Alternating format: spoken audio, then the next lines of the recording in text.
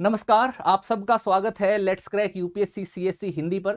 मैं ललित यादव आप सबका बहुत बहुत हार्दिक अभिनंदन करता हूं। चलिए तो क्लास स्टार्ट करने से पहले जो मेरे दोस्त मुझे नहीं जानते, मेरा नाम ललित यादव है।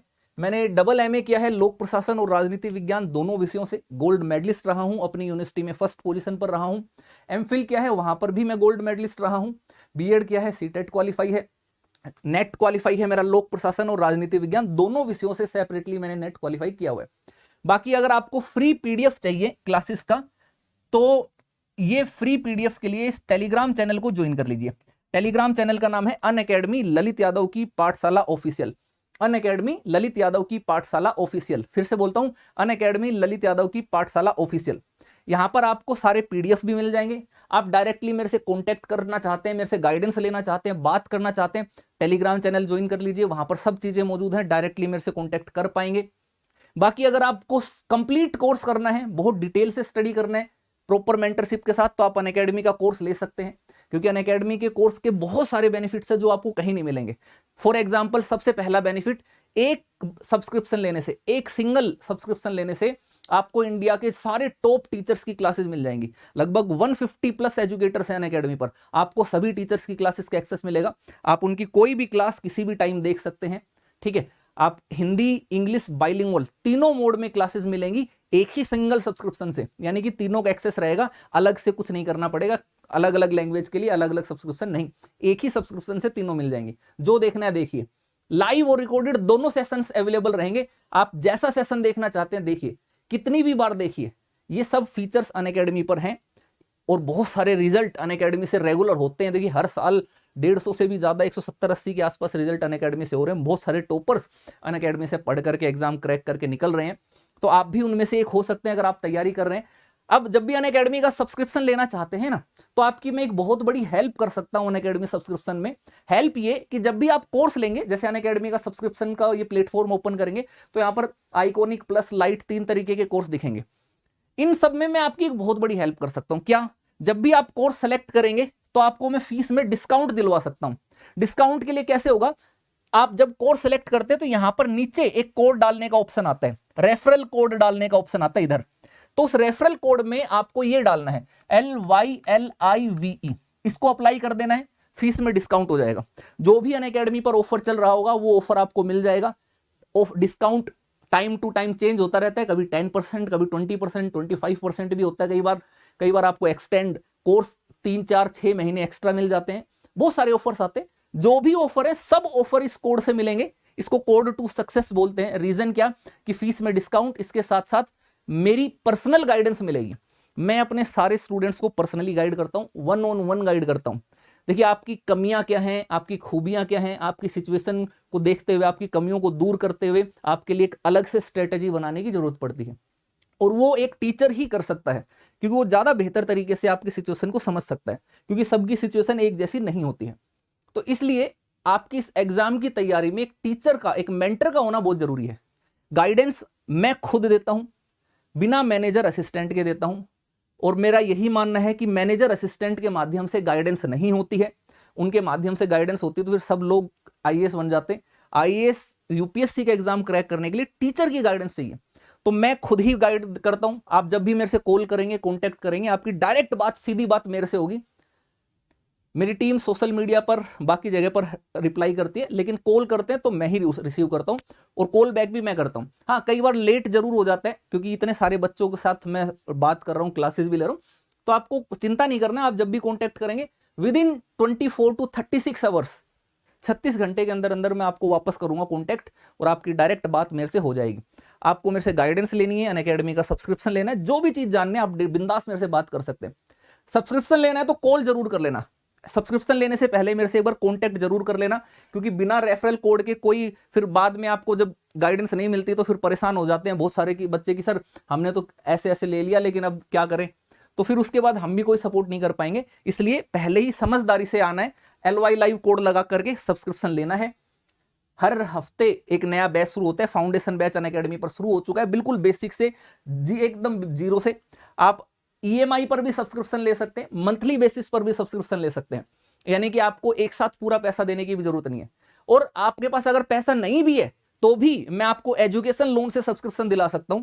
सबसे इंपॉर्टेंट चीज, अपनी गारंटी पर आपको मैं एजुकेशन लोन दिला दूंगा, चाहे आपके अकाउंट में एक भी रुपया ना हो। ठीक है, फ्री तो नहीं करा सकते हैं क्योंकि हमारा नहीं है, हम भी एज ए टीचर पढ़ाते हैं, लेकिन मेरी तरफ से जो हेल्प हो सकती है मैं आपकी हेल्प करा दूंगा। ठीक है, आप मेरे से कांटेक्ट कर लेना, जितनी हेल्प बन पाएगी पूरी हेल्प करेंगे, ये मेरा आपसे वादा है। कांटेक्ट करने के लिए मैंने आपको बता दिया, Telegram channel Unacademy Lalit Yadav की पाठशाला ऑफिशियल, अनअकैडमी ललित यादव की पाठशाला ऑफिशियल ज्वाइन कर लीजिए। वहां पर सब चीजें, सारी डिटेल्स मिल जाएंगी, डायरेक्ट मेरे से कांटेक्ट कर पाएंगे। ये कुछ मेरे एरियाज हैं जो मैं पढ़ाता हूं, तो इनकी क्लासेस भी आपको मिल जाएंगी। यूट्यूब पर आप मेरे नाम से सर्च करेंगे तो बहुत सारी क्लासेस आपको मिल जाएंगी। ये टेलीग्राम चैनल है, ये कोड है, इस कोड को याद रखिएगा, LYLIVE, और क्लास को लाइक शेयर करते जाना है, एकदम बिल्कुल हाई जोश के साथ क्लास में एंट्री करनी है। अब क्लास लंबी चलेगी, ये एक बेसिक इंफॉर्मेशन थी जो मैंने आपको बता दी, एक हाई जोश के साथ रहना है। अनअकैडमी का कोर्स जब भी लें, कोड याद रखिएगा, LY लाइव लगाना है, मेरे से बात कर लेनी है, तो एकदम हाई जोश बताने सब दोस्त कैसे, हाउ इज द जोश, आंसर आना चाहिए high sir, how is the जोश। एक हाई जोश के साथ सब लोग आंसर दीजिए और सेशन को हम स्टार्ट करते हैं। चलिए तो मैं सेशन स्टार्ट करता हूं एकदम। जब भी हम नगर निगम की बात करते हैं, आपने इस तरीके का बोर्ड देखा होगा, अगर आप शहर में रहते हैं, सिटी के अंदर रहते हैं, तो इस तरीके के बोर्ड आपने देखे होंगे। जैसे गाजियाबाद के नगर निगम का जो है यहां पर लगा हुआ है। कई बार आपके मन में आया होगा ख्याल कि यार कहीं पर तो लिखा रहता है नगर निगम, कहीं लिखा होता है नगर पालिका। अब इनमें से नगर पालिका क्या है, नगर निगम क्या है, ये करते क्या है, समझ में नहीं आता। लेकिन जो भी लोग शहर में रहते हैं उन सबको पता होगा कि उन सब के क्षेत्र में जितना भी डेवलपमेंट का काम है, छोटा मोटा जो भी काम आपको करना होता है, वो सारा का सारा काम आप नगर निगम के माध्यम से कराते हैं। नगर निगम नगर पालिका का अंतर मैं आपको समझाऊंगा। आपने कई बार अपने शहर के आसपास देखा होगा ना, कूड़े की गाड़ी आती है, सुबह सुबह आपको जगा देती है कूड़े की आवाज के साथ साथ। सुबह का सवेरा हुआ, सूरज आया, रोशनी लाया, कूड़ा लाओ कूड़ा डालो, इस तरीके से आवाज के साथ बोलते हुए 6-7 बजे के आसपास आपके घर के बाहर से आती है। फिर आप सभी से कूड़ा इकट्ठा करते हैं और डाल करके लेकर के चले जाते हैं। तो सोचा कभी आपने कि ये गाड़ी आई कहां से, किसने ये भेजी? अधिकतर लोगों को लगता है कि ये सरकार भेजती है, केंद्र सरकार या राज्य सरकार। लेकिन ये ध्यान रखना है कि अपने शहर की पूरी जिम्मेदारी, उसकी स्वच्छता से लेकर साफ सफाई से लेकर के उसके छोटे मोटे स्तर पर जो प्रशासन है, वो सारी की सारी जिम्मेदारी इस शहरी शासन व्यवस्थाओं की होती है, जिसको हम नगर पालिका या नगर निगम बोलते हैं। बड़े शहर और छोटे शहरों के लिए अलग अलग नाम दिए जाते हैं। जिस तरीके से गांवों के डेवलपमेंट के लिए पंचायती राज लाया गया, ऐसे ही यह भी महसूस किया गया कि भारत में शहरी जनसंख्या बहुत तेज गति से बढ़ रही है। आपको याद है पंचायती राज वाला चैप्टर मैंने पढ़ाया था, तो मैंने आपको बताया था कि महात्मा गांधी के प्रभाव स्वरूप भारत के संविधान में आर्टिकल 40 जोड़ा गया पंचायती राज के लिए। उस समय पंचायती राज के ऊपर ज्यादा फोकस था, क्योंकि उस समय अगर आप देखते तो भारत की 80% से भी ज्यादा जनसंख्या गांवों में ही रहती थी। और लेकिन जैसे जैसे समय बीतता चला गया, समय के साथ साथ गांवों से बड़ी संख्या में पलायन हुआ शहर की तरफ, क्योंकि शहरों में सुविधाएं होती थी, अच्छे स्कूल, अच्छे कॉलेज, अच्छे हॉस्पिटल, अच्छे रेस्टोरेंट, खाने पीने के लिए। आप लोग भी कभी घूमने के लिए खाने पीने जाओगे, पार्टी भी करने जाओगे, तो कहां जाते? गांव में तो पार्टी हो नहीं सकती है।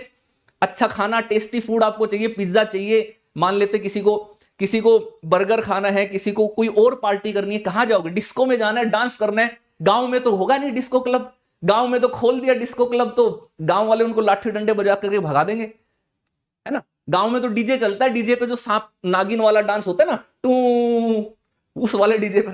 तो ये सारी की सारी चीजों के लिए एक जगह होती थी, वो क्या कहते थे? शहर, सिटी, जहां पर सारी सुविधाएं एक जगह मिल जाती थी। जब इतनी फैसिलिटीज थी तो लोगों ने सोचा कि यार यहां पर इतनी सुविधाएं हैं, कंपनियां भी हैं, फैक्ट्री भी है, सरकार के सारे ऑफिस भी शहर में है, रोजगार है, यहां पर नौकरियां हैं, तो एक काम करते गांव से यहां पर क्यों ना आ जाए। हम यहां पर आएंगे तो नौकरी भी मिलेगी और एक अच्छा जीवन भी मिलेगा, है ना। तो इस अच्छे जीवन की तलाश में, नौकरी की तलाश में बड़ी संख्या में गांवों से लोग शहर की तरफ पलायन करने लगे। और 1970-80 के दशक में यह पलायन और तेज गति से होने लगा। 1980 का दशक आते आते भारत में शहरों की जनसंख्या की वृद्धि बहुत तेज गति से होने लगी। तब उसी समय जब पंचायती राज के लिए स्ट्रक्चर बनाया जा रहा था, तो यह निर्धारित किया गया कि भाई लोकतांत्रिक विकेंद्रीकरण केवल ग्रामीण विकास करके नहीं होगा, केवल गांवों के लोगों को अधिकार देकर के नहीं होगा। लोग तो शहरों में भी रहते हैं, अधिकार तो उनके पास भी होना चाहिए अपना शासन चलाने का। तो इसलिए गांवों के साथ साथ शहरों के प्रशासन की भी शक्ति लोगों को खुद देनी पड़ेगी। तब वहां से शहरी प्रशासन का मामला उठ करके आने लगा। और जब पंचायती राज के लिए प्रयास किया गया, तो उसी के साथ ही शहरी प्रशासन के लिए भी प्रयास किया गया। और आपको जानकर के आश्चर्य होगा, जब भी हम शहरी प्रशासन की बात करते हैं तो इसके लिए भी 65वां जो संशोधन था वो प्रस्तुत किया गया था। सबसे पहले राजीव गांधी की सरकार ने 65वां संविधान संशोधन, उसके माध्यम से संविधान में शहरी और ग्रामीण और नगरीय दोनों प्रकार की संस्थाओं को शामिल करने की बात कही। लेकिन राज्यसभा के विरोध के चलते यह विधेयक वहां पर पारित नहीं हो पाया, राज्यसभा ने इसको खारिज कर दिया। आप सबको पता होना चाहिए कि संविधान संशोधन विधेयक लोकसभा और राज्यसभा दोनों से विशेष बहुमत से पारित होना चाहिए, तभी वो राष्ट्रपति के पास जाएगा। एक ने भी खारिज किया तो वो रिजेक्ट हो जाएगा। तो लोकसभा ने पास किया था, राज्यसभा ने खारिज कर दिया। अल्टीमेटली फिर बाद में 1992 के अंदर 1992 के अंदर संविधान संशोधन हुआ, जिसको हम बोलते हैं 74वां संशोधन, 74वां संविधान संशोधन। ठीक है, ये 1992 में हुआ, 1992 में जाकर के हुआ, जब पंचायती राज का हुआ था। लेकिन जैसे पंचायती राज का संशोधन भी 1992 में हुआ था, 73वां, लेकिन वो लागू अप्रैल 1993 में हुआ था। ऐसे ही ये लागू कब हुआ, इसके लिए तारीख है 1 जून 1993, 1993, 1 जून 1993 को ये शहरी प्रशासन का प्रावधान जो है वो लागू हो गया। इसके लागू होने के बाद ये प्रावधान किया गया कि शहरी प्रशासन से संबंधित प्रावधान लागू हो चुके हैं। इसके लागू होने के 1 साल के भीतर भीतर भारत के अंदर, संपूर्ण भारत में शहरी प्रशासन को लेकर के सभी राज्य अपने अपने नगर पालिका अधिनियम बनाएंगे। उनको बोला जाता है म्युनिसिपैलिटी एक्ट्स। ठीक है, अपने अपने म्युनिसिपैलिटी एक्ट बनाएंगे। तो ज्यादातर, अधिकतर जितने भी नगर पालिका अधिनियम हैं राज्यों के, वो 1993 और 1994 में ही बने। तो ये था एक बैकग्राउंड जहां पर नगरीय प्रशासन जो है अस्तित्व में आया। ठीक है जी। अब नगरीय प्रशासन जब अस्तित्व में आया और उसके आगे हम चलते हैं। ठीक है,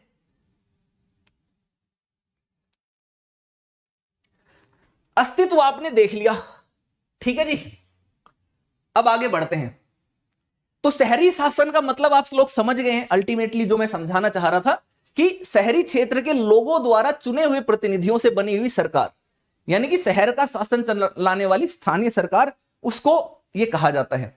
भारत में 8 प्रकार के शहरी स्थानीय शासन हैं, जिनमें से मोटा मोटी तौर पर आपको नाम जो सुने होंगे, आपने नगर पालिका परिषद सुना होगा, नगर पालिका सुना होगा। इसके अलावा बाकियों में आपको कंफ्यूजन भी रहता होगा और हो सकता है मैक्सिमम ने नहीं भी सुना हो, क्योंकि वो इतने अधिक महत्वपूर्ण नहीं भी होते हैं, उतना अधिक उनसे सवाल भी कभी आता नहीं है। तो हम भी यहां पर चर्चा करेंगे। तो नगर पालिका, नगर निगम और नगर पंचायत, छावनी बोर्ड और पत्तन न्यास, इन 4-5 चीजों की ही चर्चा करेंगे, क्योंकि यही सबसे महत्वपूर्ण यहां पर विषय है। 74वां संविधान संशोधन से हो गया, ये आपने देख लिया। अब इनका डेवलपमेंट देख लेते हैं, विकास देख लेते हैं। आपको जानकर के आश्चर्य होगा कि भारत में नगर निगमों की उत्पत्ति अंग्रेजों के आने के बाद प्रारंभ हो चुकी थी। बहुत पहले 74वें संविधान संशोधन से पहले ही हम बात करते हैं, जो भारत का पहला नगर निगम है वो मद्रास में बन चुका था और 1688 में स्थापित हुआ। इतनी ही चीजें ध्यान रखनी है। उसके बाद 1726 में बंबई और कलकत्ता में नगर निगम की स्थापना हुई। हालांकि उसके बाद समय के साथ साथ जब अंग्रेजी शासन अपनी सत्ता को मजबूत करता चला गया, केंद्रीकरण की प्रवृत्तियां मजबूत करता चला गया, तो स्थानीय शासन की जितनी भी संस्थाएं थी वो संस्थाएं कहीं ना कहीं जाकर के पिछड़ती हुई चली गई, वो दब करके रह गई। एक अंधकार का काल कहा जाता है अंग्रेजों के काल में स्थानीय शासन के लिए, क्योंकि उन्होंने वहां पर केवल सेंट्रलाइजेशन पर जोर दिया, केंद्रीकरण पर जोर दिया। अब सारी सत्ता अंग्रेज लोग अपने हाथ में रखना चाहते थे, भारत के नागरिकों को स्थानीय स्तर पर वितरित नहीं करना चाहते थे, क्योंकि उनको डर था कि लोगों को अगर अधिकार दे दिया तो वो लोग कहीं विरोध विद्रोह ना कर दे, अंग्रेजों को भगा ना दे। तो इंडिया के ऊपर कंट्रोल करने के लिए उन्होंने स्थानीय शासन को कंप्लीटली पूरी तरीके से कहें तो दबा दिया था। ठीक है जी, चलिए अब ये आप इनको स्किप भी कर सकते, इतना काम नहीं, क्योंकि इन सबको मैं उसमें पढ़ा चुका हूं आपको ऑलरेडी पंचायती राज में, तो ये सारी की सारी चीजें आप स्किप कर दीजिए। हम बात कर लेते हैं इनके लिए कौन कौन से शहरी शासन के लिए समितियां बनी हैं, इनको आप एक बार रट लेना। जो भी बच्चा नेट जीआरएफ के लिए तैयारी कर रहा है उनके लिए ये समितियों का नाम पता होना जरूरी है, ये इंपॉर्टेंट है। और यूपीएससी में भी संभावना है कि कभी प्रीलिम्स के अंदर यहां से सवाल आपका आ जाएगा। जैसे पंचायती राज की समितियां आपको पता है, बलवंत राय मेहता, अशोक मेहता, ठीक है, जीवी के राव, एलएम सिंघवी, पी थुंगन, गाडगिल समिति, इस तरीके की सारी समितियों के बारे में आप जानते हैं। ऐसे ही शहरी प्रशासन की समितियों का बस आपको टाइमलाइन याद कर लेना है कि कौन से वर्ष बनी, क्या उस समिति का नाम था और कौन उसके अध्यक्ष थे। तो जो पहली समिति थी वो पीके वट्ठल की समिति थी, स्थानीय वित्तीय जांच समिति। उसके बाद समय समय पर कई सारी समितियां बनती चली गई। इन सारी समितियों को आप एक बार के लिए याद जरूर कर लेना। यहां पर मैं इसको नहीं करा रहा हूं डिटेल से डिस्कस, क्योंकि केवल समितियों का नाम, इनके अध्यक्ष और इनका सन, यही इंपॉर्टेंट है जो आपको ध्यान रखना है। चलिए मुद्दे पर आ जाते हैं। 1992 का जो 74वां संविधान संशोधन होता है, इससे क्या क्या बदलाव होता है। देखिए, जो 73वां संविधान संशोधन था, 73rd अमेंडमेंट से संविधान में एक नया भाग जोड़ा गया जिसको बोला जाता था भाग 9, पार्ट 9। लेकिन जब उसी के साथ नगर निगम का भी के लिए भी प्रावधान किया गया, पंचायती राज के साथ शहरी प्रशासन की भी बात की गई, तो एक नया पार्ट, एक नया भाग जोड़ा गया जिसको बोला जाता है 9A। नए भाग को बोला जाता है 9A। 9 का हिंदी में इसको कह दिया जाता है। और पंचायती राज के जो आर्टिकल था 243, जिस जगह पर जाकर के पंचायती राज के आर्टिकल समाप्त होते थे, बिल्कुल वहीं से ही नगरीय प्रशासन के लिए आर्टिकल शुरू हो जाते हैं। यानी कि 243P से 243ZG। 243 ये P है, ठीक है, 243P से लेकर के 243ZG, यहां तक सारे के सारे प्रावधान इसके अंतर्गत दिए गए हैं। तो ये दो चीजें हैं जो आपको इंपॉर्टेंट है, जो आपको जाननी है कि संविधान में नया परिवर्तन क्या हुआ। अब इसके साथ साथ संविधान में एक और बदलाव आया।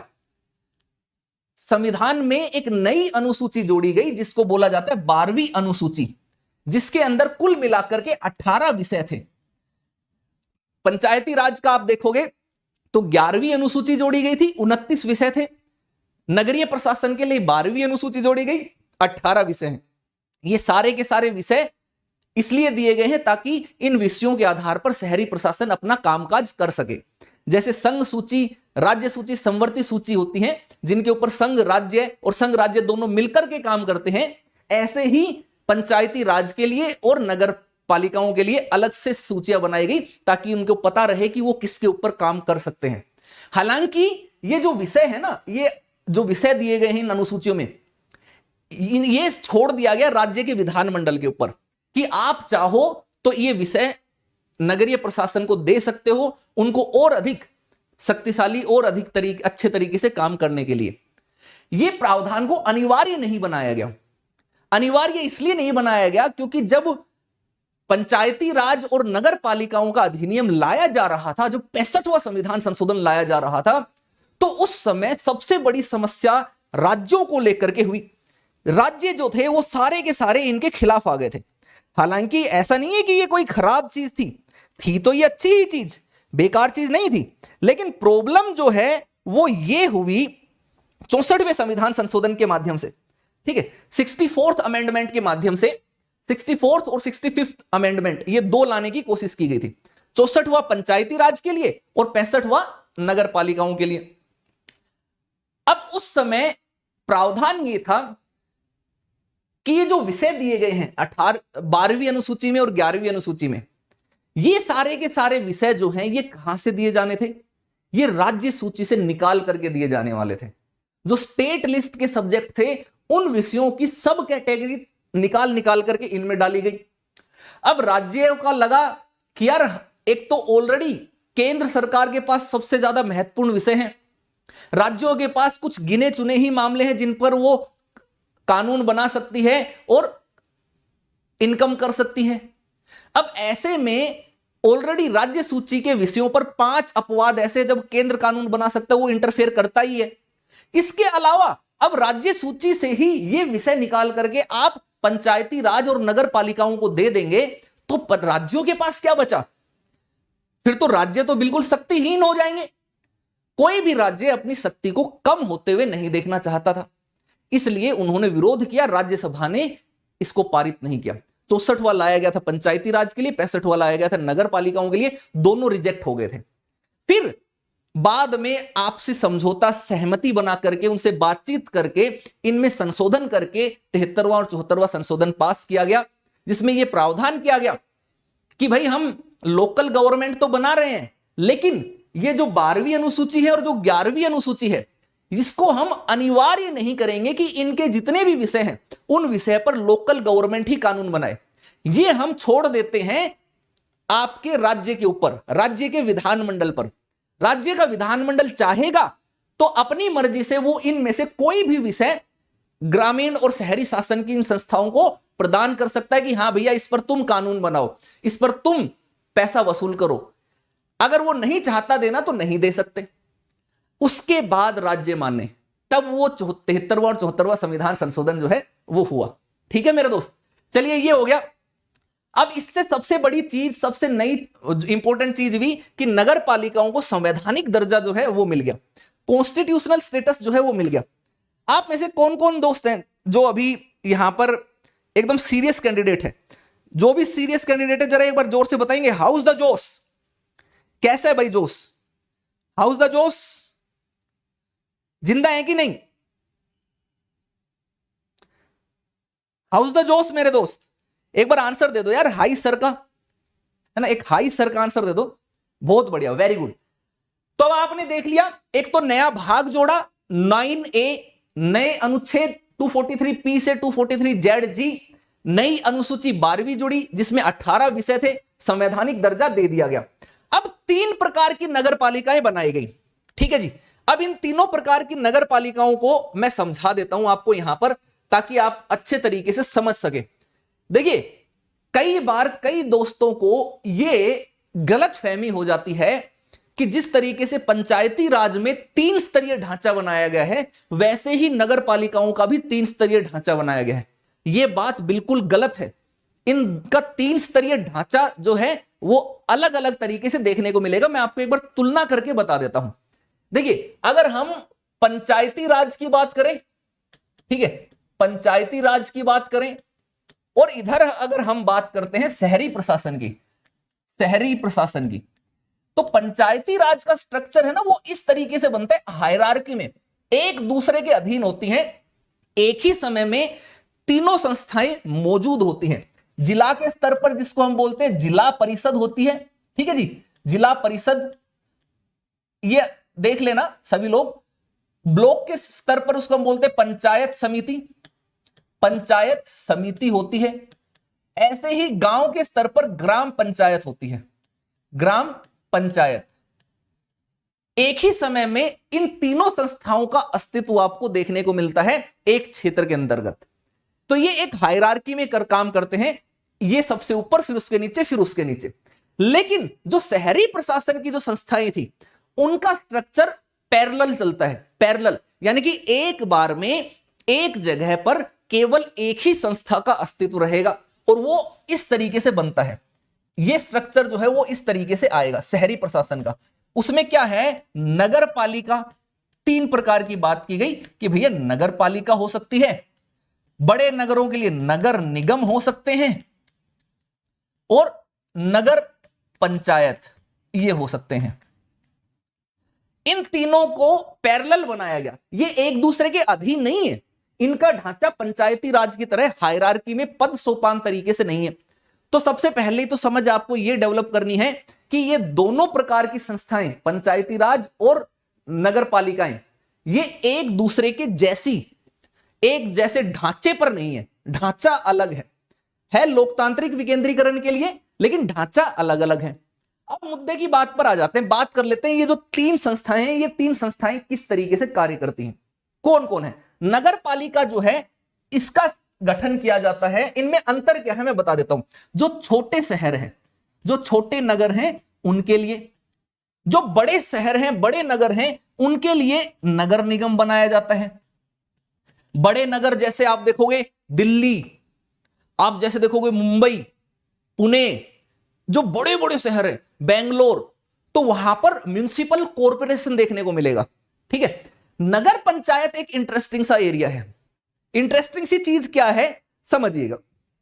नगर पंचायत किस तरह कहां बनाई जाती है, इसको बोला जाता है वैसे संक्रमणकालीन क्षेत्र। संक्रमणकालीन क्षेत्र, अब ये संक्रमणकालीन क्षेत्र क्या है इसको समझिए। मान लेते हैं कि ये एक शहर है, ठीक है, ये एक सिटी है। सिटी का नाम जो है मैं आपको बता देता हूं, मैं मेरा शहर ले लेता हूं, मेरे गांव के आसपास का मेरा शहर है जिसका नाम है नारनौल। ठीक है जी, ये नारनौल नाम का शहर है मान लेते हैं, और ये इतना बड़ा शहर था एक टाइम। यहां पर मेरा गांव है जिसका नाम है नांग तिहाड़ी। मेरे गांव जो है शहर से ऑलमोस्ट 4 किलोमीटर दूर है, ये मेरा गांव है। ठीक है, अब हुआ क्या, यहां से एक स्टेट हाईवे इधर निकल गया ऐसे। अब स्टेट हाईवे निकल गया, कनेक्टिविटी अच्छी हो गई। जो छोटा शहर होता था पहले, वहां पर सुविधाएं ज्यादा होने लगी, फैसिलिटीज ज्यादा रही। तो आप देखना जितने भी बड़े नगर हैं, उन सभी नगरों के आसपास फिर लोग वहां पर बसने लग जाते हैं, वहां पर कॉलोनियां कटने लग जाती हैं। आप देखोगे ना, यहां पर छोटे छोटे सेक्टर बन जाते हैं, सेक्टर या कॉलोनी इस तरीके से बनते चले जाते हैं, रोड के किनारे बिल्कुल शहर के साथ साथ हाईवे के। और उसके आसपास के जितने भी गांव होते हैं, वो गांव अब शहर ना हो, गांव ना होकर के शहर जैसी सिचुएशंस रखने लग जाते हैं।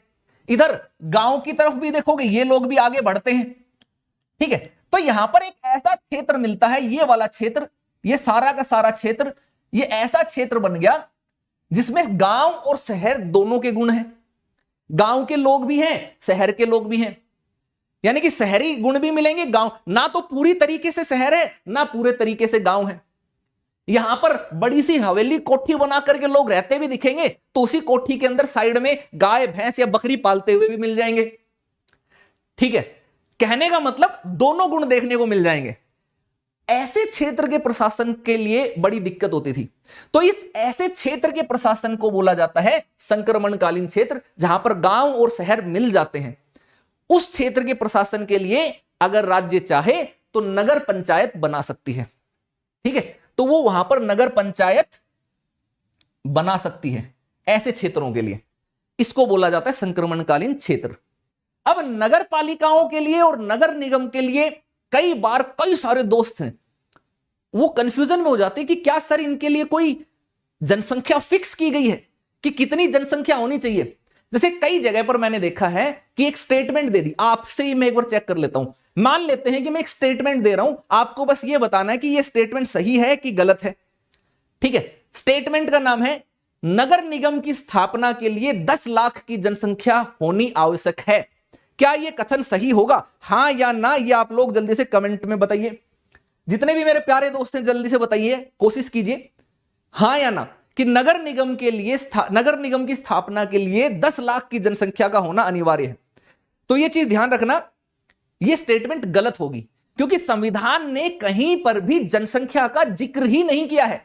संविधान ने यह कहा है कि भाई हम तो राज्य के ऊपर छोड़ते हैं, वो डिसाइड करे कि उसके राज्य में नगर निगम कितनी जनसंख्या पर बनाया जाएगा, नगर पालिका कितनी जनसंख्या पर बनाया जाएगा। हम तो बस ये बता रहे हैं संविधान में कि जो छोटे शहर हैं उनके लिए नगर पालिका और जो बड़े शहर हैं उनके लिए नगर निगम, बस। तो जनसंख्या का निर्धारण आप देखना हर राज्य में अलग अलग देखने को मिलता है।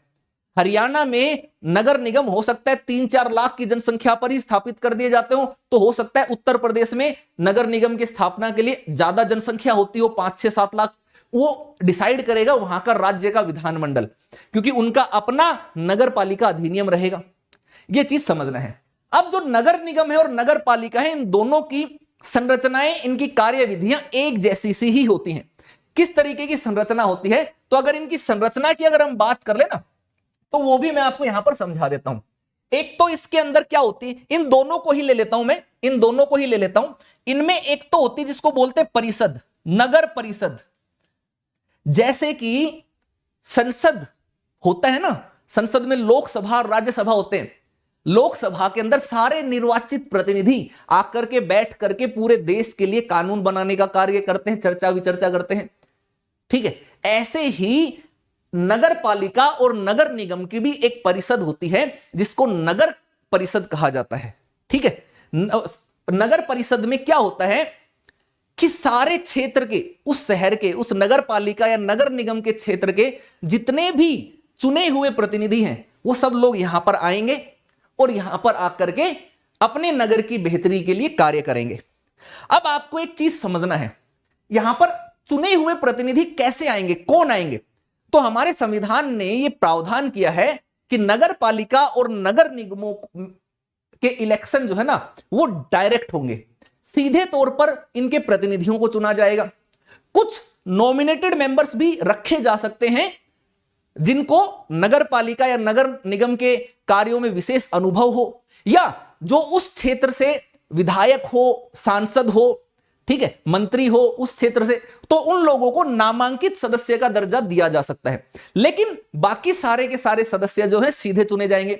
इसके लिए क्या किया जाता है, इसके लिए वार्ड में, मैं ये डिलीट कर दे रहा हूं यहां से, ठीक है, इसको मैं डिलीट कर देता हूं ताकि आप लोगों को मैं इधर समझा दूं, चीजें आपको समझ में आ जाए। तो इसके लिए क्या किया जाता है, पूरे शहर जो सिटी है ना, जो शहर है, इसको अलग अलग वार्ड में बांटा जाता है जनसंख्या के आधार पर, और हर वार्ड से एक प्रतिनिधि चुना जाता है जिसको बोला जाता है पार्षद। पार्षद इंग्लिश में उसको बोला जाता है काउंसलर, काउंसलर कहते हैं। तो हर वार्ड से एक पार्षद चुना जाता है, डायरेक्टली इलेक्ट होता है। कोई भी व्यक्ति जो 18 वर्ष से अधिक का है, यानी कि बालिग हो चुका है, एक ऐसी एज में आ चुका है जिसमें वो वोट डाल सकता है, और उस क्षेत्र का पंजीकृत मतदाता है, रजिस्टर्ड वोटर है अपने शहरी क्षेत्र का, तो वो अपने वार्ड में जाकर के अपने प्रतिनिधि के लिए वोट डाल सकता है। और जब वो वोट डालेगा, जो भी जीतेगा, वो जीतने के बाद वो पार्षद इस परिषद में आएंगे।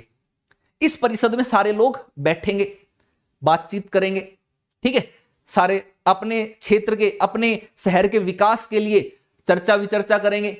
जो भी प्रतिनिधि है, हर प्रतिनिधि अपने अपने वार्ड को वहां पर रिप्रेजेंट करेगा, अपने वार्ड की समस्याओं को बताएगा, समझाएगा कि हमें इतना पैसा चाहिए हमारे वार्ड की विकास के लिए। अब इसका एक अध्यक्ष भी होता है परिषद का।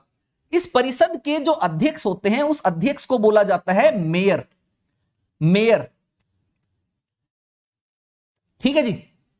हिंदी में उसको महापौर भी कहते हैं, नाम याद रखिएगा, महापौर। मेरे जितने सीरियस कैंडिडेट हैं ना, सीरियस दोस्त हैं जो एग्जाम को लेकर के सीरियस हैं, वो सब लोग कमेंट बॉक्स में लिखते चले जाए क्या क्या कहा जाएगा।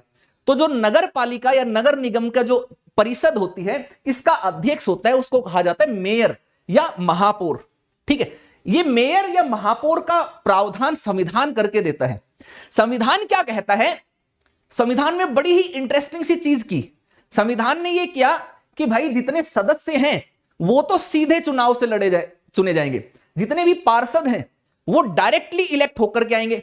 लेकिन मेरे दोस्त, जितने उसका जो अध्यक्ष है, मेयर, महापौर जिसको कहते हैं, वो संविधान बोलता है कि हम इसका इनडायरेक्ट इलेक्शन का प्रावधान करते हैं। वो डायरेक्टली नहीं चुना जाएगा, वो अप्रत्यक्ष रूप से चुना जाएगा, ठीक है। जो अध्यक्ष होगा, जैसे मेयर है ना, मेयर, तो संविधान क्या कहता है, संविधान ये कहता है कि भैया मेयर जो है वो अप्रत्यक्ष रूप से चुना जाएगा। अप्रत्यक्ष चुनाव, यानी कि जितने भी पार्षद हैं, ये सारे पार्षद मिल करके ये अपने मेयर के चुनाव चुनेंगे।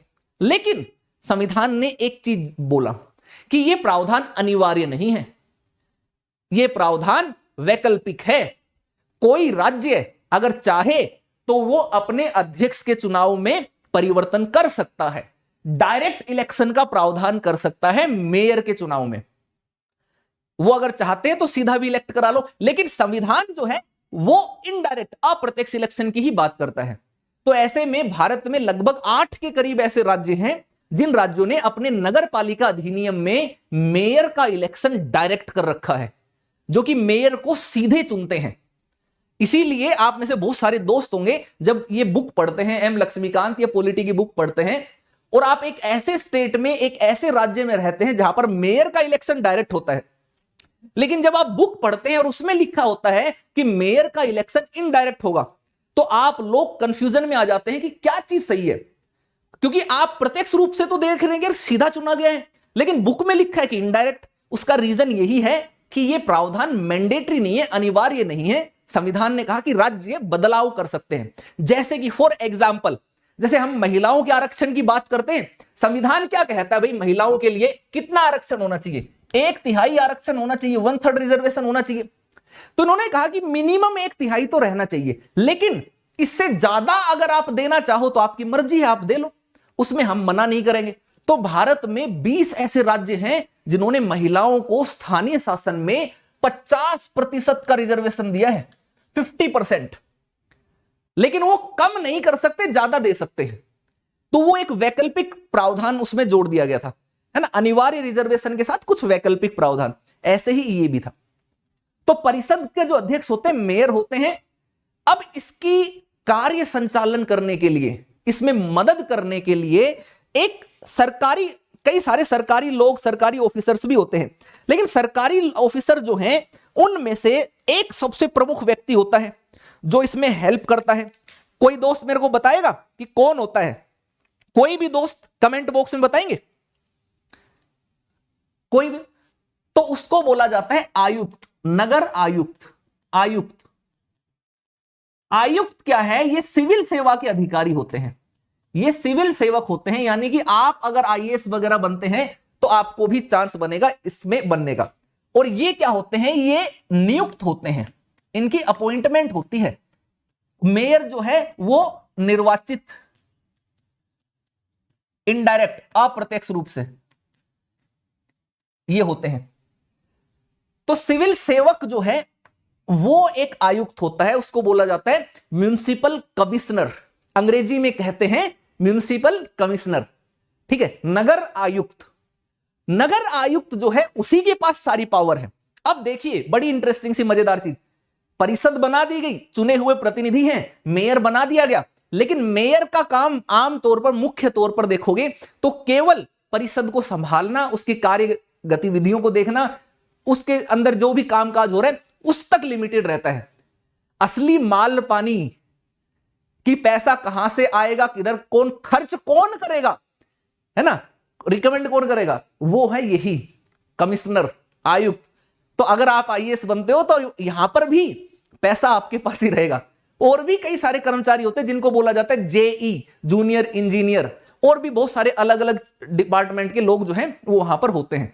कुछ कंप्यूटर के से रिलेटेड, उसमें डाटा एंट्री के लिए डाटा एंट्री ऑपरेटर भी होते हैं, कई सारे लोग जो हैं उसके अंतर्गत होते हैं। इसके अलावा नगर पालिका के बहुत सारे कर्मी और अलग से होते हैं, जिनको आप सफाई कर्मी भी कह सकते हैं, है ना, इलेक्ट्रिसिटी के लिए इलेक्ट्रिशियंस अलग से होते हैं, प्लम्बिंग के लिए प्लम्बर अलग से होते हैं। हालांकि प्लम्बर बोलते हैं हम, लेकिन उसको बोला जाता है प्लमर, प्लमर, लेकिन इंडिया में प्लम्बर बोलते हैं। बी जो है ना साइलेंट होता है वैसे लेकिन हम उसको प्लम्बर बोलते हैं, रियल में उसको प्लमर बोला जाता है। तो वो होते हैं गार्डनिंग, शहर को जो गार्डन होते हैं, पेड़ पौधे होते हैं, उनके लिए करने के लिए, उनकी देखभाल करने के लिए जो है माली लोग वो होते हैं। तो अलग अलग तरीके के कार्मिक नगर पालिकाओं के होते हैं। इसके साथ साथ राज्य के अंदर सेवाएं होती हैं group A B C D. तो जो डी ग्रुप के जो कार्मिक हैं उन कार्मिकों को भी नगर पालिका, नगर निगम के कार्यों में लगाया जाता है अलग अलग क्षेत्रों में। तो ये तो हो गया कार्मिक का स्तर, ये हम दोनों के लेवल पर बोल रहे हैं। अब तीसरी चीज होती है, उसको बोलते हैं समितियां। हर नगर पालिका और नगर निगम जो हैं वो क्या करते हैं, वो अपनी स्थायी समिति बनाते हैं। इनको हम बोलेंगे स्थायी समिति। स्थायी समिति। अब स्थायी समिति क्यों बनाई जाती है इसको समझिएगा बड़े ध्यान से। एक शहर है, एक नगर है, उस नगर के डेवलपमेंट के लिए बहुत सारी चीजों की जरूरत पड़ती है। तो कोई भी काम एक व्यक्ति नहीं कर सकता या सारे लोग एक साथ मिलकर के नहीं कर सकते। अगर किसी काम में सारे लोग, सारे परिषद के लोग घुस गए तो कबाड़ा हो जाएगा, वो काम हो ही नहीं पाएगा। तो ऐसे में क्या किया जाता है, अलग अलग काम के लिए समितियां बना ली जाती हैं। जैसे कि वाटर सप्लाई, पानी की, पेयजल की, स्वच्छ पेयजल की पूर्ति के लिए एक समिति हो जाएगी। एक स्वच्छता के लिए समिति हो जाएगी जिसका काम जो है पूरे शहर को साफ रखना होगा। एक स्वास्थ्य से संबंधित हो जाएगी। एक बिजली के साथ संबंधित समिति हो जाएगी जिसका काम रहेगा कि पूरे शहर में बिजली व्यवस्था सुचारू रूप से संचालित हो। रोड के किनारे स्ट्रीट लाइट सही तरीके से है कि नहीं, बिजली कटने के ऊपर वैकल्पिक प्रावधान क्या है। एक एजुकेशन से रिलेटेड समिति बना ली जाएगी कि शहर के क्षेत्र में जितने भी स्कूल कॉलेज हैं उनके अंदर क्या मिनिमम बुनियादी सुविधाएं हैं कि नहीं, शिक्षा का स्तर किस तरीके का है। इन सब का काम अपने अपने क्षेत्रों में ये होगा। किसी का नाली सड़क को लेकर के, इंफ्रास्ट्रक्चर को लेकर के कोई समिति बन जाएगी। तो अलग अलग समितियां बना दी जाती हैं और उन समितियों में इन्हीं पार्षदों को विभाजित कर दिया जाता है, कुछ कुछ पार्षदों को मिला करके, और फिर वो लोग मिलकर के काम करते हैं। ऐसे में पूरे शहर का शासन चलता है, इस प्रावधान से चलता है। तो ये एक मोटा मोटी सी चीज थी जो मैंने आपको एक ही स्लाइड के अंदर कंप्लीट कर दी, खत्म कर दी है। ठीक है जी। आप में से मेरे जितने भी दोस्त हैं, आपको अगर पीडीएफ चाहिए, जो कई लोग पीडीएफ की डिमांड कर रहे हैं, या मेरे से बात करनी है, गाइडेंस लेनी है, एडमिशन से पहले बात करनी है, तो टेलीग्राम चैनल ज्वाइन कर लीजिए मेरे दोस्त। वहां पर सारी पीडीएफ अवेलेबल हैं। टेलीग्राम चैनल का नाम है अनअकैडमी ललित यादव की पाठशाला। फिर से बोलता हूं, अनअकैडमी ललित यादव की पाठशाला, अनअकैडमी ललित यादव की पाठशाला टेलीग्राम चैनल है, ज्वाइन कीजिए। नंबर भी है वहां पर मेरी टीम का, बात कर लीजिएगा। एडमिशन के रिगार्डिंग बात करनी वो भी कर लेना, गाइडेंस के रिगार्डिंग बात करनी वो भी कर लेना, सब चीज मिलेगी, नोट्स, पीडीएफ, क्लास का नोटिफिकेशन सब मिलेगा। तो ये तो हो गया एक स्ट्रक्चर जो मैंने आपको बताया। अब हम देख लेते हैं 74वें संविधान संशोधन से और क्या क्या परिवर्तन हुए। ठीक है, और क्या क्या परिवर्तन हुए। एक तो भाग देख लिया, अनुच्छेद देख लिए, 12वीं अनुसूची और 18 विषय हमने देख लिए। ठीक है जी। ये हमने 3 प्रकार की नगर पालिकाएं हैं, ये इन तीनों का भी देख लिया स्ट्रक्चर कि कैसे यहां पर शासन होता है, वो भी हमने देख लिया। अब आ जाते हैं चुनाव कैसे होते हैं। सीधे नगर पालिका के क्षेत्र के लोग चुनते, ये भी मैंने आपको बता दिया। अलग अलग वार्ड में बांट दिया जाता है, हर वार्ड से एक पार्षद चुना जाता है। ठीक है जी। वार्ड समितियां एक इंटरेस्टिंग सी चीज, प्रावधान क्या, संविधान ने अगर जनसंख्या का निर्धारण किसी चीज के लिए किया है ना, वो किया है वार्ड समितियों के लिए। वार्ड समितियां क्यों बनाई गई कि मान लेते हैं कि कोई 3 लाख या उससे अधिक जनसंख्या वाली नगर पालिका का क्षेत्र है। ठीक है, तो ऐसे क्षेत्र में आपको एक या एक से अधिक वार्डों को मिलाकर के वार्ड समितियां बनानी पड़ेंगी। ठीक है, और वो फिर वहां के डेवलपमेंट के विकास में आपको सहायता देंगी। अब इसके साथ साथ अगर हम बात करते हैं कि कैसे चुने जाएंगे सदस्य, इन सब का राइट जो है राज्य विधानमंडल के ऊपर दे दिया गया है, वो करेंगे। पदों का आरक्षण की अगर हम बात करते हैं तो यहां पर भी पंचायती राज की तरह ही दिया गया है। शेड्यूल कास्ट, शेड्यूल ट्राइब, इन दोनों के लिए इनकी जो जनसंख्या है उस जनसंख्या के अनुपात में दिया गया है। जितनी जनसंख्या होगी उसके अनुपात में इनको रिजर्वेशन है। दूसरा, एक और तीसरा जो है उनको रिजर्वेशन दिया वो है महिलाएं। तो महिला को जो रिजर्वेशन दिया गया है वो है 1/3, 1/3, 1/3 रिजर्वेशन जो है वो दिया गया है। हालांकि कुछ राज्यों, उस संविधान ने ये भी कहा कि आप ज्यादा देना चाहो तो दे सकते हो, लेकिन कम से कम इतना रहेगा। तो भारत में 20 के करीब राज्य ऐसे हैं जिन्होंने महिलाओं को 50% रिजर्वेशन दिया। अब यहां से महिलाओं को बड़ी संख्या में चांस मिला और बड़े स्तर पर आप देखोगे महिलाएं राजनीति में उभर करके आने लगी और सशक्त भूमिका भी निभाने लगी। इसके बाद अब केंद्र के स्तर पर और राज्य के स्तर पर, यानी कि संसद और राज्य के विधानमंडल के स्तर पर महिलाओं को आरक्षण देने की मांग और तेज गति से उठने लगी है। इसके पीछे जो वो और तर्क देते हैं, वो बोलते हैं कि जब महिलाओं को पंचायती राज में और नगर पालिकाओं में आरक्षण दिया गया तो कुछ समय के बाद यह महसूस किया गया, देखा गया कि महिलाएं वास्तविक रूप से सशक्त हुई और बहुत सारी महिलाएं ऐसी उभर करके आई जिन्होंने सशक्त लीडरशिप का उदाहरण दिया, जिन्होंने अपने क्षेत्र की काया पलट कर दी वहां पर इसका सदस्य रहते हुए। तो ऐसे में इन्होंने साबित किया कि महिलाएं भी नेतृत्व कर सकती हैं। तो केंद्र और राज्य के लिए स्तर पर अब डिमांड उठ रही है कि कम से कम संसद में और विधान सभाओं में महिलाओं के लिए 1/3 सदस्यता जो है वो रखनी चाहिए। हालांकि वो मामला अभी अटका है और पता नहीं कब तक अटकेगा, लेकिन एक बेस इन्होंने बना दिया उस रिजर्वेशन के लिए। ये रहा, ठीक है जी। अब इसके साथ साथ अगर हम बात करते हैं, एक वैकल्पिक प्रावधान किया। अब कई सारे दोस्त कहेंगे कि सर हम जिस स्टेट में रहते हैं वहां पर तो ओबीसी को भी रिजर्वेशन है, आप यहां पर केवल 3 की बात कर रहे हो कि शेड्यूल कास्ट, शेड्यूल ट्राइब और महिला। लेकिन मैंने तो देखा है कि मेरे राज्य में, मेरे शहर में ओबीसी के लिए रिजर्वेशन दे रखा है। तो आपने बिल्कुल सही सुना है, लेकिन हम बात करें संविधान की। संविधान जो है ना, उसमें 2 प्रावधान थे। एक तो अनिवार्य प्रावधान, संविधान ने यह कहा कि भैया अनिवार्य रिजर्वेशन जो है ना, वो हम केवल इन तीनों को देंगे। इसके साथ साथ संविधान ने यह कहा कि हम राज्य के ऊपर छोड़ देते हैं कि अगर आप चाहो तो ओबीसी को रिजर्वेशन दे सकते हो अपने राज्य में, लेकिन संविधान नहीं देगा। राज्य देना चाहे तो आप दे सकते हो, अगर आपकी राज्य में ओबीसी की जनसंख्या अधिक है तो आप अपने एक्ट में परिवर्तन करके, बदलाव करके वहां पर ओबीसी को रिजर्वेशन दे सकते हैं। तो इसलिए कई सारे राज्यों में ओबीसी का भी रिजर्वेशन होता है, ठीक है, लेकिन वो संवैधानिक नहीं है। अब यहां से सवाल कई सारे बन जाते हैं, वहां पर आप फंस जाओगे। आप फंसो नहीं, इसलिए मैं एक सवाल आपसे पूछ लेता हूं, ध्यान से समझिएगा और ध्यान से उत्तर दीजिएगा। स्थानीय शासन के संदर्भ में निम्नांकित कथनों पर विचार करें। पहला कथन, भारत में नगर पालिकाओं में अनुसूचित जाति, अनुसूचित जनजाति, महिला एवं अन्य पिछड़ा वर्ग के आरक्षण का अनिवार्य प्रावधान किया गया है। दूसरा कथन, नगर पालिकाओं की, नगरीय प्रशासन की संरचना ग्रामीण प्रशासन के या पंचायती राज व्यवस्था के बिल्कुल समान है, या जैसे पंचायती राज व्यवस्था सेम वैसे ही नगरीय व्यवस्था बनाई गई है। तीसरा कथन आपको दे दिया जाएगा, 10 लाख से अधिक जनसंख्या वाले क्षेत्रों में वार्ड समितियां बनाने का प्रावधान किया गया है।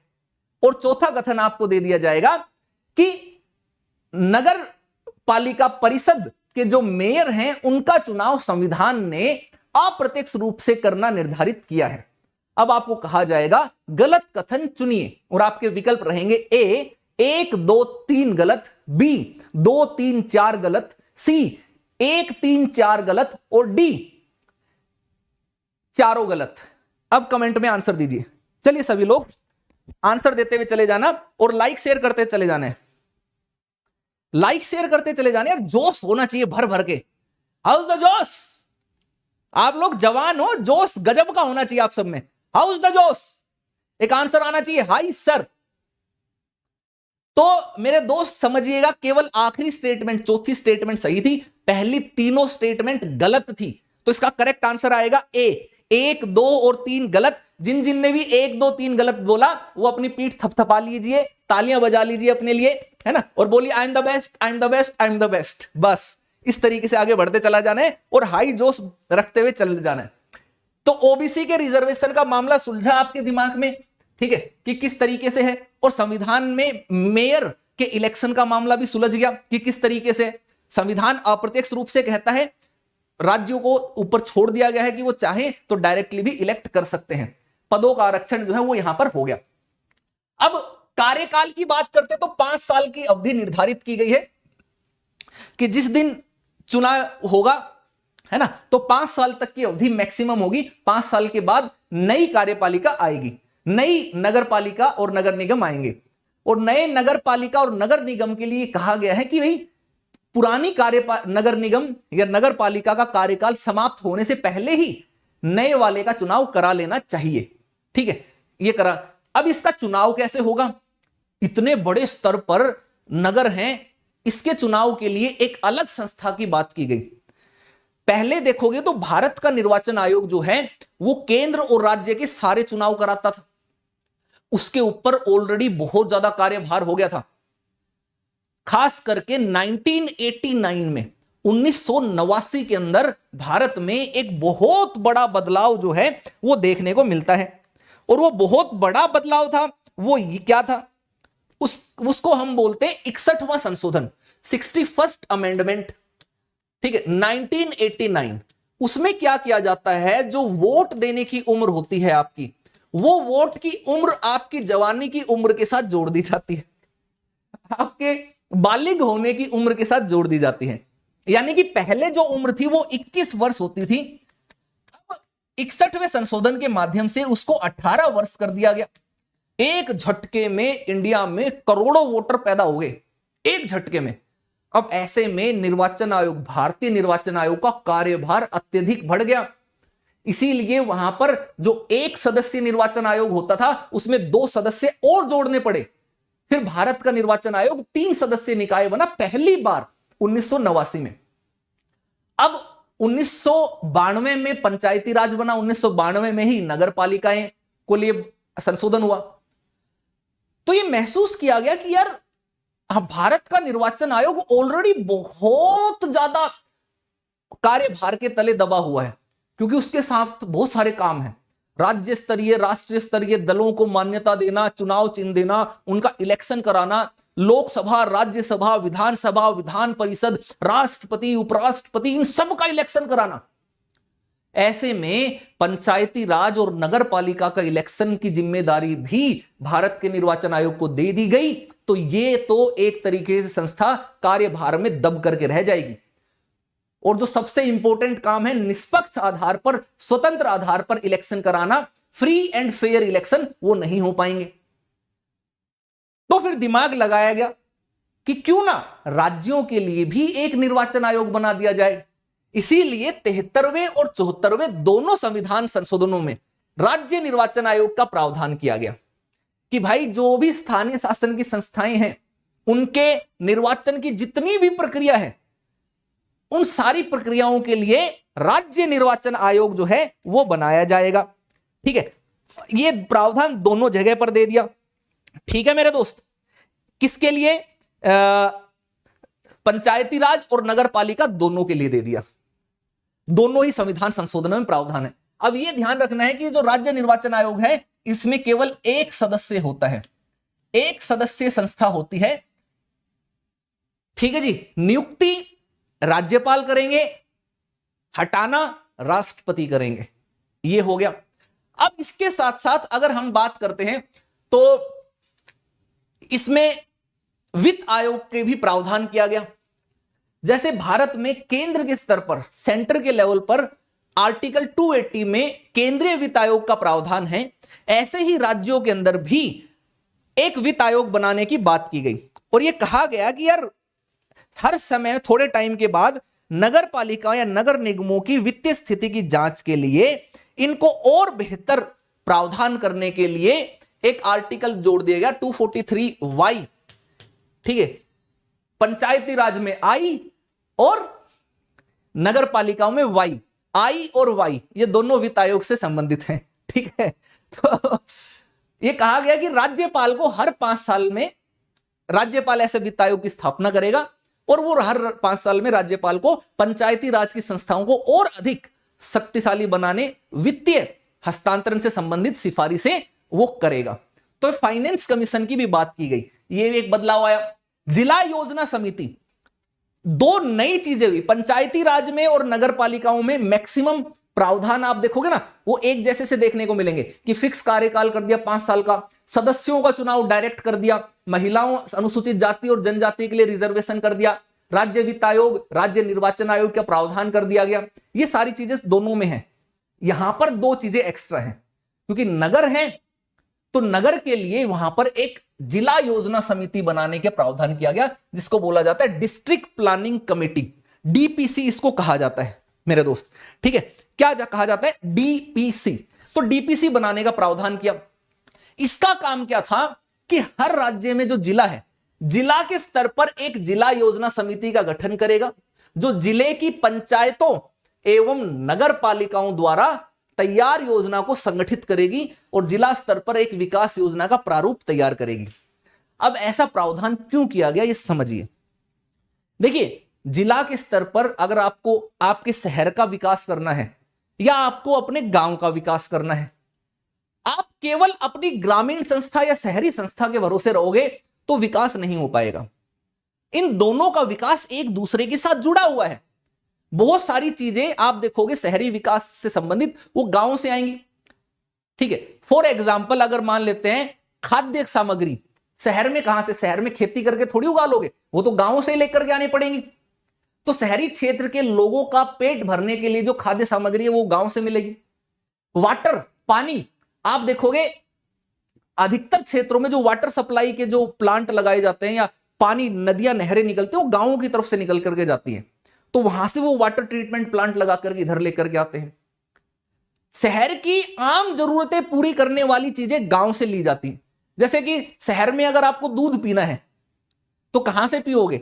शहर में कोई गाय भैंस तो रखेगा नहीं कि घर के अंदर गाय भैंस रखी है वो कर रहे बा, वो तो गांव में रहते हैं ना, हर कोई, ज्यादातर लोग रखते हैं, और वहां से दूध ये होते हैं, वो दूध लेकर के शहर में ला करके देते हैं। तो एक दूसरे के पूरक के रूप में काम करते हैं। ऐसे में इन दोनों तरीके की संस्थाओं के बीच में कोऑर्डिनेशन होना जरूरी है, शहरी और ग्रामीण। और शहरी और ग्रामीण संस्थाओं के बीच में कोऑर्डिनेशन होने के साथ साथ इन संस्थाओं का और बेहतर तरीके से विकास करने की आवश्यकता है।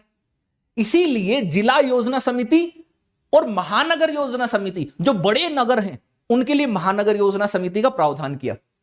और इसके अंदर जितने भी सदस्य हैं वो पंचायतों के और नगर पालिका, ठीक है, यहां से मिलकर के सदस्य बनते हैं। कुछ इसमें नामांकित भी होते हैं, कुछ इसमें नॉमिनेटेड भी हो सकते हैं। ऐसे ही बड़े नगरों के लिए, प्रत्येक महानगर क्षेत्र में विकास के लिए योजना तैयार करने के लिए महानगरीय योजना समिति होगी। जैसे कई नगर जो बहुत बड़े हो जाते हैं, जैसे दिल्ली, बेंगलोर, मुंबई, इस तरीके के, ये चीज ध्यान रखना है। अब ये अपनी, इनके पास केवल योजना बनाने की शक्ति है, ये योजना को लागू नहीं कर सकते हैं, ना ही इनको कोई पैसा मिलता है, ना ही इनके पास कोई फंडिंग आती है। लेकिन ये अपने क्षेत्र के विकास के लिए एक बड़ा ओवरऑल ड्राफ्ट खींचते हैं कि गांव और शहर दोनों मिलकर के कैसे डेवलपमेंट हो, कैसे विकास करें। ऐसी योजनाएं ये बनाते हैं। ये योजनाएं फिर बनाने के बाद राज्य सरकार के पास भेजते हैं, स्टेट गवर्नमेंट के पास भेजते हैं। स्टेट गवर्नमेंट फिर उसके ऊपर एक्शन जो है लेती है। ये चीज है, ठीक है जी। निर्वाचन संबंधी मामलों में अगर कोई विवाद होता है तो उस विवाद के लिए यह प्रावधान किया गया है कि राज्य का जो विधानमंडल होगा वो ये डिसाइड करेगा कि यह विवाद किसके पास जाएगा। जैसे कि अगर हम बात करते हैं मेरे दोस्त, अगर आप एमएलए हैं, अगर आप एमपी हैं, इनके इलेक्शन से संबंधित विवाद होगा तो आपको कहां जाना पड़ेगा? आप हाई कोर्ट में लेकर के जाओगे। अगर आप राष्ट्रपति हैं, ठीक है, अगर आप राष्ट्रपति हैं या अगर आप उपराष्ट्रपति हैं, इनके चुनाव से संबंधित कोई विवाद होगा तो आप उसको सुप्रीम कोर्ट लेकर के जाओगे। तो ऐसे ही इलेक्शन तो स्थानीय शासन का भी हो रहा है, इनके चुनाव से संबंधित भी तो विवाद हो सकता है। ऐसे विवाद के लिए किसी न्यायालय का ज्यूरिसडिक्शन अलग से निर्धारित नहीं किया गया, राज्य के ऊपर छोड़ दिया गया कि राज्य विधानमंडल अपने एक्ट में यह बताएगी, एक्ट में बना करके, एक्ट बनाते टाइम बनाएगा और उसमें यह बताएगा कि भाई हम हमारे राज्य के अंदर जो चुनावी विवाद हैं उसके कहां पर सुनेंगे, कहां पर ले जाएंगे। तो राज्य विधानमंडल द्वारा प्राधिकृत प्राधिकारी, वो किसी ऑर्गेनाइजेशन, किसी संस्था, किसी ऑफिसर, किसी व्यक्ति को प्राधिकृत करेंगे, अथोराइज करेंगे, उनके पास वो मामले जो है जाएंगे। तो ये है इतना सा मामला, ठीक है जी। इस चीज को देख लेते हैं। अब एक और चलते हैं आगे। शहरी शासन के कुछ अलग अलग और भी प्रकार हैं। आपने नगर पालिका देख ली, नगर निगम देख लिया, नगर पंचायत देख ली। दो और मैं आपको बताना चाहूंगा, एक जिसको हम बोलते हैं छावनी परिषद और एक जिसको न्यास पत्तन। आपने कई सारी सिटीज में देखा होगा, कई सारे शहरों के नाम के पीछे लगा रहता है कैंट। जैसे कि अगर फॉर एग्जांपल मैं बात करूं, आपने अंबाला का नाम सुना है? अंबाला, तो अंबाला के पीछे लिखा रहेगा अंबाला कैंट, हिंदी में उसको बोलते हैं छावनी, अंबाला छावनी, ठीक है। आपने दिल्ली में देखा होगा दिल्ली छावनी, दिल्ली कैंट, ठीक है। मेरठ सुना होगा आपने, मेरठ, मेरठ छावनी, मेरठ कैंट। लखनऊ में सुना होगा। मतलब हर राज्य में बड़े बड़े मेन सिटीज में आपने कैंट वाला एरिया देखा होगा कि उनके नाम के पीछे लगा है कैंट, छावनी। अब ये छावनी क्यों लगा रहता है, कैंट क्यों लगा रहता है? उसका रीजन ये है कि वो एक ऐसा क्षेत्र है जहां पर सिविलियन, सामान्य नागरिकों के साथ साथ भारत की जो मिलिट्री फोर्सेस हैं, सशस्त्र बल हैं, उनके लोग, उनकी वो उनकी जो बटालियंस हैं वो भी उनका एस्टेब्लिशमेंट भी वहां पर रहता है, वो वहां पर उस क्षेत्र के अंदर रहते हैं। हो सकता है उस क्षेत्र में वहां पर बहुत बड़े लेवल पर सबको ट्रेनिंग दी जाती हो, उनका हॉस्पिटल होता हो, ठीक है, उनकी कुछ जो ऑफिशियल काम होते हैं, उनका हेडक्वार्टर होता है, वो हेडक्वार्टर होता हो, और फिर वहां पर जब इतने सारे लोगों का काम है तो उनको रहने के लिए अलॉटमेंट, उनके क्वार्टर्स भी होते हैं, उनकी कॉलोनियां भी होती हैं।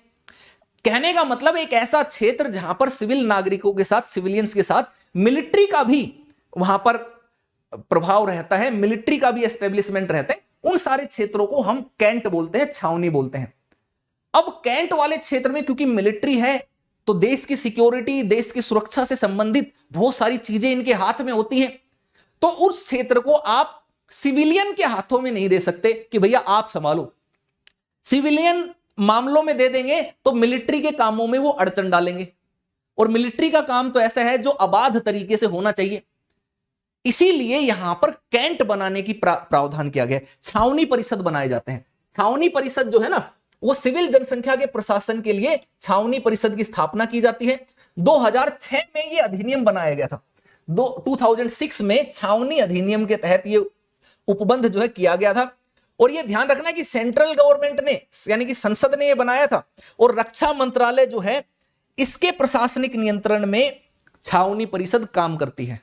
नगर पालिका, नगर निगम, नगर पंचायत वो राज्य सरकार के नियंत्रण में काम करते हैं, लेकिन जो छावनी परिषद है वो केंद्र सरकार यानी कि गृह मंत्रालय, मिनिस्ट्री ऑफ होम अफेयर्स, उसके कंट्रोल में काम करते हैं।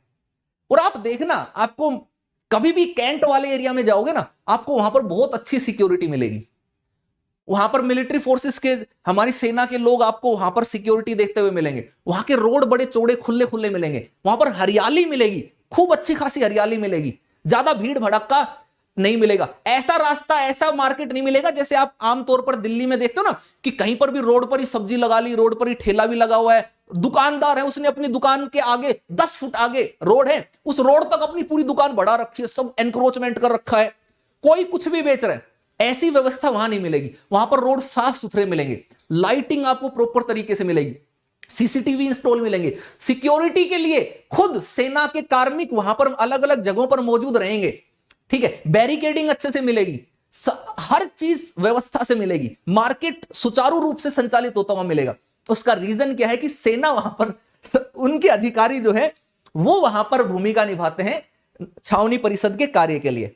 ये चीज है, ठीक है। आप जाना कभी, बहुत मजेदार चीज, बहुत बेहतरीन जगह लगती है। ऐसे ही छावनी परिषद के साथ एक पत्तन न्यास भी होते हैं, न्यास पत्तन उसको बोलते हैं, पोर्ट ट्रस्ट, ठीक है। जैसे कि मुंबई हो गया, कोलकाता हो गया, चेन्नई हो गया, जितने भी बड़े बड़े नगर हैं जो समुद्र किनारे हैं, जहां पर बंदरगाह है, पत्तन है, तो ऐसे बंदरगाह को आप राज्य के हवाले नहीं कर सकते उस क्षेत्र के डेवलप, क्योंकि बंदरगाह जो है वो देश की वो है ना, सिक्योरिटी को लेकर के, देश के विकास को लेकर के बंदरगाह जो है, पत्तन जो है, वो बहुत बड़ी भूमिका निभाते हैं। ऐसे में उन क्षेत्रों की सुरक्षा और उन क्षेत्रों पर नियंत्रण करने की जिम्मेदारी जो है वो केंद्र सरकार की होती है।